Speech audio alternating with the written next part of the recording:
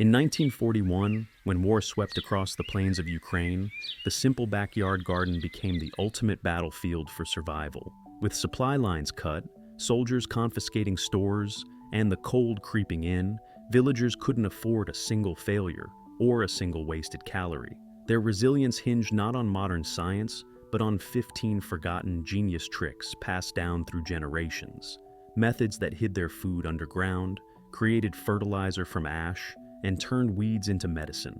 Today we're unearthing these lost secrets, including the mysterious potato pit, the medicinal burning bush, and the powerful comfrey hack that could help anyone become self-sufficient in the face of uncertainty. The potato pit. Winter's secret cache. In the winter of 1941, the most valuable crop wasn't in the barn. It was buried 2 feet beneath the frozen Ukrainian ground, hidden from both the cold and the unwelcome visitor. When survival meant protecting every calorie from the harsh climate and the enemy, villagers relied on the kartopliana yama, or the potato pit. It was a simple but brilliant piece of engineering, designed not just for storage, but for concealment. Families would dig a deep, cone-shaped hole, usually 2 to 3 feet down into the earth, well below the frost line. They carefully lined the interior walls with thick layers of dry rye straw and dried grass, creating a thermal barrier. Potatoes, carrots, and beets, the calorie backbone of the winter diet, were carefully placed inside. A wooden ventilation shaft, often just a hollow reed or pipe, was placed in the center, allowing the produce to breathe. Finally, the whole thing was covered with soil, creating a low, unassuming mound of earth that blended seamlessly into the frozen landscape.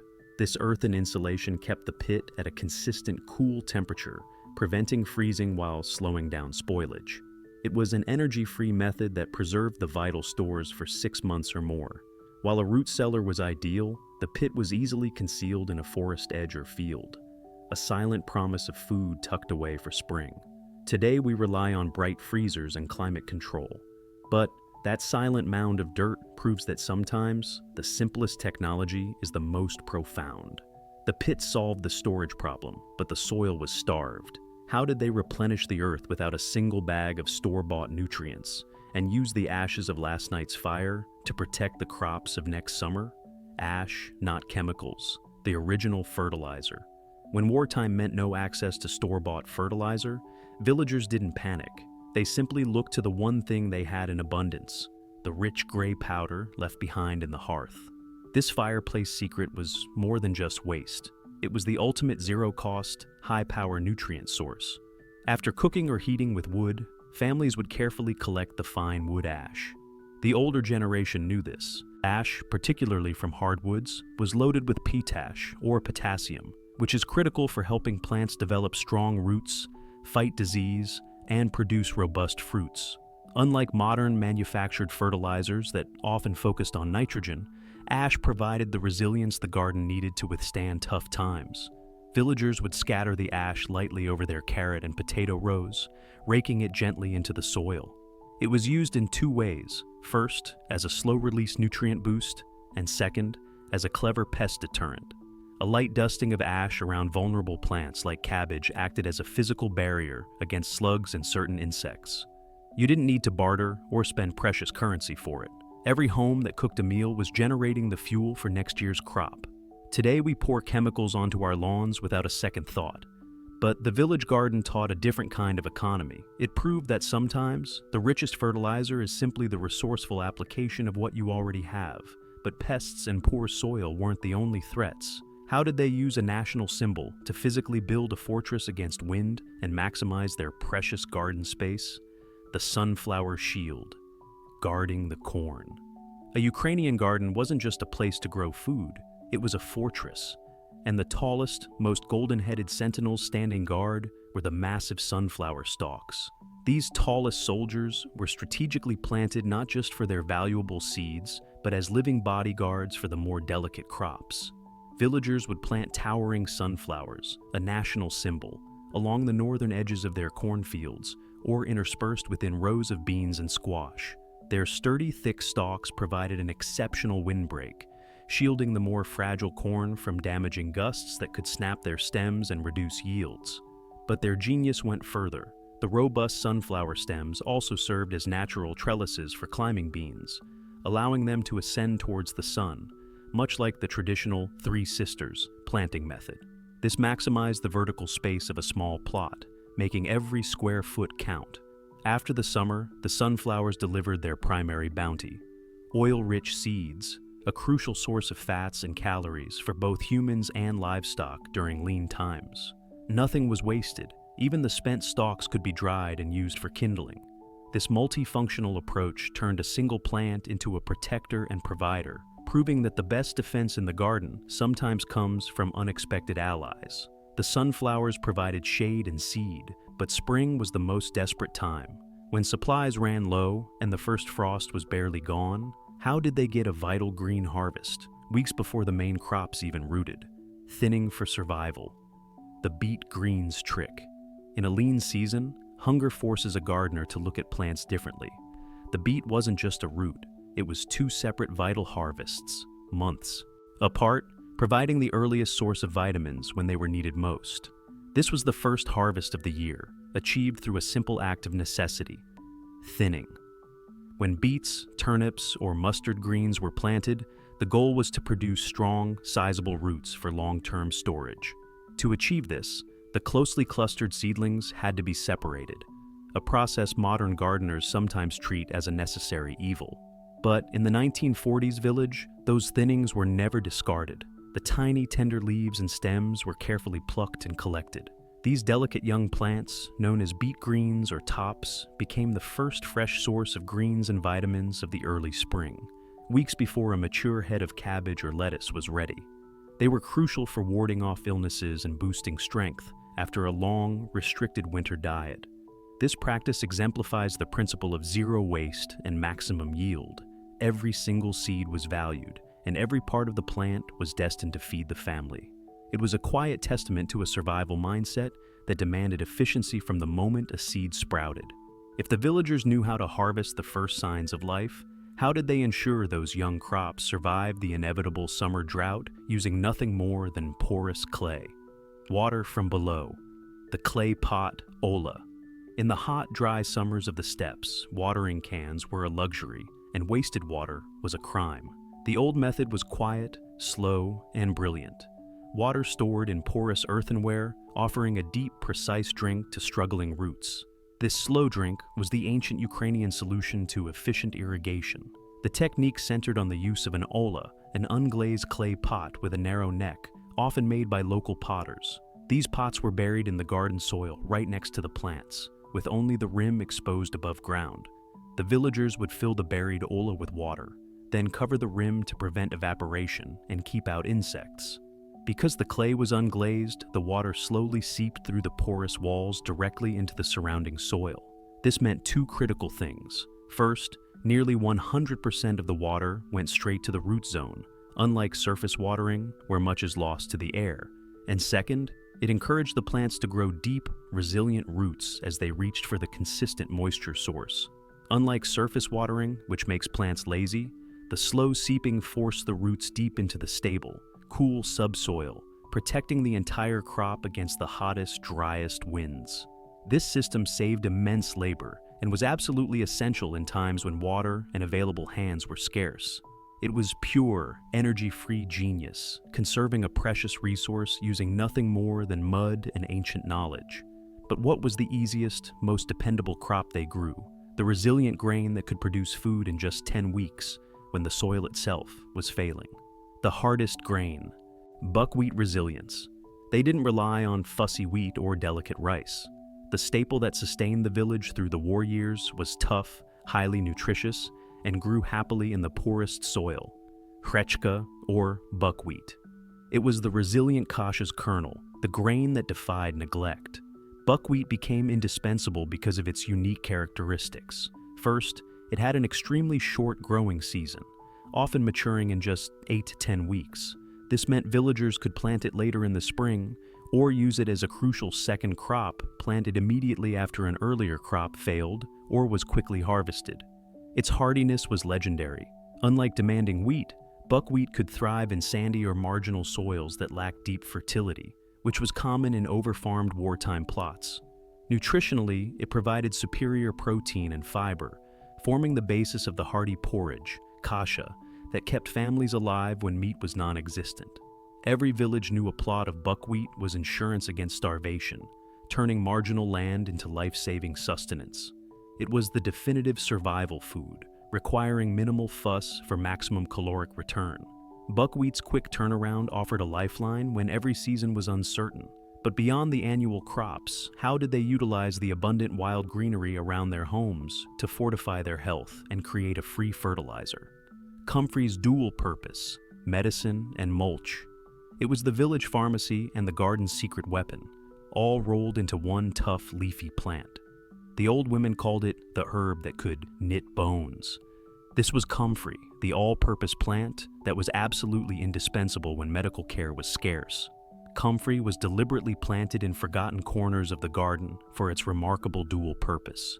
Medicinally, its large fuzzy leaves and roots were crushed into poultices and applied externally to heal bruises, sprains, and minor cuts. The plant contains allantoin, a compound that encourages cell growth, which is why it earned its potent, healing nickname. But its service to the garden was just as vital. Comfrey is known as a dynamic accumulator, meaning its deep taproots pull up essential nutrients like potassium and nitrogen from deep within the subsoil. Rather than waiting for the leaves to decompose, villagers practiced chop and drop mulching, harvesting the huge leaves and simply letting them wilt on the soil surface to feed neighboring, shallower-rooted vegetables. Others would steep the leaves in water for a few weeks to create a pungent, fast-acting liquid feed for tomatoes and peppers. Its deep root system provided an endless, free source of nutrients, solving the problem of depleted topsoil that plagued most wartime gardens. In a single plant, they found both a powerful healer and a free, renewable fertilizer. If they were this resourceful with medicine, what hardy, thorny plant did they use to save their property lines and yield a high vitamin? Harvest, the current hedge defense, living barbed wire. Like the current hedge, the raspberry patch served a purpose beyond dessert. Its dense, thorny canes created a frustrating, nearly impenetrable barrier that marked property lines and protected precious livestock. This was the tangled border, fruit that literally fought back. In the 1940s, fences were a luxury and easily dismantled, but a wall of thick, established raspberry canes offered a cheap, living defense. These were often the older, wild-type varieties, known for their aggressive growth and abundant, sharp thorns.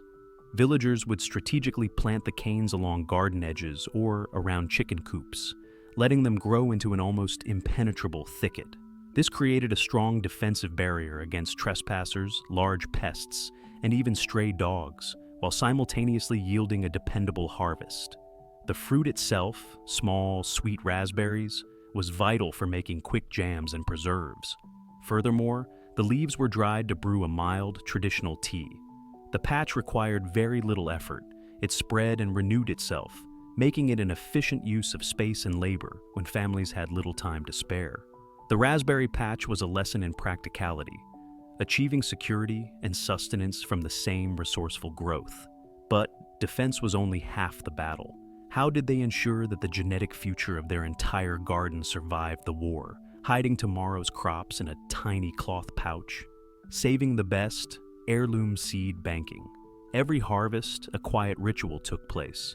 The finest, most perfect seeds were selected, dried, and placed into tiny cloth pouches, a single powerful act of faith in a chaotic world. This was the practice of heirloom seed banking, literally carrying the future in your pocket. In the 1940s, dependency on external markets or supplies was a fatal risk. Families were meticulously committed to saving non-hybrid seeds from their best-performing plants. The tomato, with the deepest red color, the bean with the highest yield, the squash that stored the longest. The seeds represented the accumulated knowledge of generations, perfectly adapted to that specific Ukrainian soil and climate. After meticulous drying on screens or old clothes, they were labeled, often using a piece of charcoal, and bundled into small linen or cotton bags. The crucial final step was concealment and protection. These precious bundles of genetic heritage were hidden in cool, dry places, tucked away in rafters, sealed in old glass jars, or even buried near the hearth. Saving seeds wasn't just gardening. It was a profound political and economic statement of independence and resilience. These hidden pouches were the village's true wealth, proof that even when everything else was lost, the ability to feed yourself the next spring could still be secured.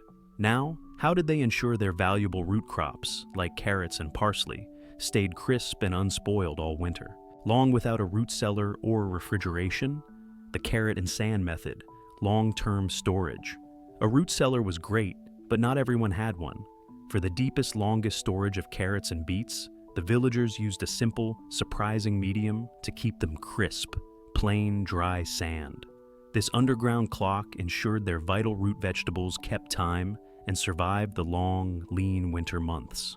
The technique, known as the carrot and sand method, was essential for preserving crops like carrots, parsley root, and rutabagas outside of a dedicated cellar. First, the vegetables had to be harvested carefully, ensuring they were completely dry and undamaged, and that the tops were trimmed but not cut into the root crown itself. Next, in large wooden boxes, barrels, or even carefully lined earthenware pots, the villagers created alternating layers of roots and clean, bone-dry sand. The sand served a crucial double purpose. It prevented the vegetables from touching each other, which stopped the spread of rot, and it maintained a stable, slightly humid environment. This slowed down the vegetables' respiration and prevented them from shriveling, keeping them firm and sweet. These containers were then placed in the coolest, darkest corner of a basement, shed, or even the corner of a pantry. This simple material science, using nothing more than grit and wood, preserved freshness without a single unit of electricity. It proved that if you couldn't store food, you could store the conditions that kept the food fresh. But what innovative trick did they use to feed their small plots when they couldn't afford a large traditional compost pile? Maximizing the plot, trench composting. In a small plot, you couldn't afford a large compost pile that took up valuable growing space. The answer was to bypass the traditional heap entirely, choosing instead to bury the household scraps and garden waste directly where they were needed most. This was the brilliant system of trench composting, or burying the past. The technique was essential for villagers who farmed small, intensively used plots. Instead of hauling kitchen scraps, potato peelings, vegetable trimmings, even fish bones, to a distant pile, they were deposited directly into a shallow trench or pit dug between existing planting rows. Over time, the soil microbes and earthworms would break down this buried material, essentially creating a slow-motion, underground fertilizer factory. This achieved two critical things simultaneously. It provided immediate, discrete waste disposal for the home, and it delivered continuous rich nutrients exactly to the root zone of the growing crops. Because the composting happened below the surface, moisture was retained and essential elements were not lost to the air. This method ensured maximum soil fertility and efficiency, keeping the ground rich and healthy without sacrificing a single square foot of precious planting space to a compost heap. It was a perfect expression of wartime gardening, turning decay into growth with minimal effort and maximum yield. But even with perfect soil, how did they preserve their largest and most vital vegetable, the humble cabbage, to yield life-saving vitamins through the brutal winter? The cabbage commitment, sustenance through winter. There was one vegetable every Ukrainian knew they needed to survive the dark months. It was hardy, it stored forever, and when prepared right, it was a source of vital nutrients. The humble cabbage, the true head of the table. Cabbage was the ultimate survival crop for its incredible versatility and sheer biomass. Families would dedicate significant garden space to two types: early, smaller heads for immediate consumption, and late, large, dense heads specifically for long-term preservation. The late harvest heads were often huge, sometimes weighing more than 10 pounds each. While some were hung in cool cellars, the vast majority were destined for fermentation. Cabbage was shredded, packed tightly into wooden barrels with salt, and left to slowly transform into sauerkraut. This wasn't merely a taste preference, it was a matter of survival. The fermentation process not only preserved the vegetable for months without refrigeration, but also increased its vitamin C and probiotic content. Sauerkraut was essential for warding off scurvy and maintaining gut health throughout the winter, when fresh produce was impossible to find. It was a reliable, cheap, and simple way to stockpile life-saving vitamins. The cabbage commitment was a cornerstone of village food security, proving that preparation was often the only difference between surviving the winter and failing to. But sometimes, when the crops failed, they had to look beyond the cultivated garden. What wild burning plant provided a quick, powerful nutrient boost when everything else was gone? Nettle tea. The quick nutrient boost. When the garden was still sleeping under spring frost, there was one wild plant that appeared early, packed with more vitamins than spinach, and yet few dared to touch it: the stinging nettle. This burning bush was the quintessential forage food, a defiant sign of life when cultivated crops were still just dreams. In the desperate months of early spring, when the stored root vegetables were shriveling and the ground was barely thawing, nettles provided a crucial nutritional bridge. Villagers, often the women and children, would venture out to gather the fresh young shoots before they flowered. The key was careful handling, usually with thick cloth or gloves, to avoid the painful sting caused by the tiny hollow hairs. Once brought inside, the nettle's magic was revealed. Boiling or steeping the plant for even a few minutes completely neutralized the sting. The resulting liquid and greens were used to make a highly nutritious, iron-rich tonic tea, or added to thin soups and stews. It was a potent, free source of vitamins and minerals, essential for warding off sickness and fatigue after a winter of lean eating. The plant's aggressive nature, which made it a pest to some, made it a valuable friend to those who knew its secret. The stinging nettle proved that sustenance was often hiding in plain sight, requiring only the knowledge and courage to reach out and claim it. But if they protected the soil and foraged the wild, what fast-growing plant did they use to create a living, thorny fence that fed them and protected their chickens?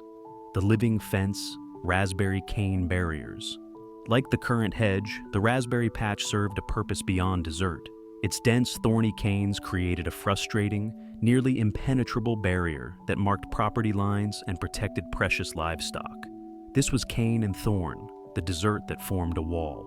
In the 1940s, metal fencing was often scarce, confiscated, or needed for other purposes, so villagers relied on robust, living barriers. They intentionally allowed old-fashioned raspberry canes, known for their aggressive, thorny growth, to form thickets along their property edges and around sensitive areas like small chicken pens. The intertwined, tough canes created a natural, low-maintenance security system that was difficult for animals or unwelcome strangers to pass through undetected. This not only marked territory, but also ensured the safety of vital protein sources like poultry.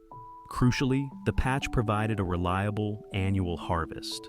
The raspberries were vital for making quick, nutritious preserves and jams, and the leaves could be dried for a comforting herbal tea. Because the patches spread so readily, they required almost no effort to maintain year after year, offering a dependable dual harvest with minimal labor, a perfect equation for wartime efficiency.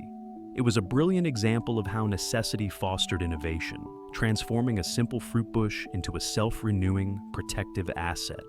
But what was the final, critical step in preparing the village for the long, cold season, transforming summer herbs into winter's medicine chest? Sun-drying herbs, the attic apothecary.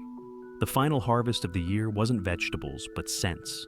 Bunches of thyme, mint, dill, and chamomile were tied and hung high in the dry, dusty rafters of the attic, waiting to become winter's medicine. This was the quiet work of preserving the scent, transforming the summer garden into the attic apothecary. In the 1940s, basic medical supplies were scarce or non-existent, making the knowledge of medicinal herbs absolutely critical. Villagers knew that the intense heat and dryness of the upper rooms, attics, or unused spaces above the stove provided the perfect conditions for drying herbs. Stems were bundled together, tied with simple twine or thread, and hung upside down from rafters or nails. This slow, air-drying method preserved the plant's essential oils and medicinal potency far better than rapid heating. Chamomile was stored to calm anxious stomachs. Mint was used for tea to soothe coughs, and dill was critical for digestion and flavoring fermented foods. The smell that permeated the house was a comforting, earthy reassurance. The family's health kit was secured for the long, hard winter. It wasn't just medicine, it was psychological armor, a quiet, fragrant proof that they had outsmarted disease and scarcity with nothing but the sun and the summer's bounty. These dried herbs represented a completely decentralized health system, relying only on nature and careful preservation. The attic apothecary was the village's final act of defiance against the harsh season, proving that wisdom, even more than food, was the greatest resource they harvested. And that self-sufficiency, born of necessity during the war, is a lesson worth remembering today. If these forgotten tricks of resilience and survival fascinate you, be sure to hit the like button and subscribe so you never miss another deep dive into the lost knowledge of history.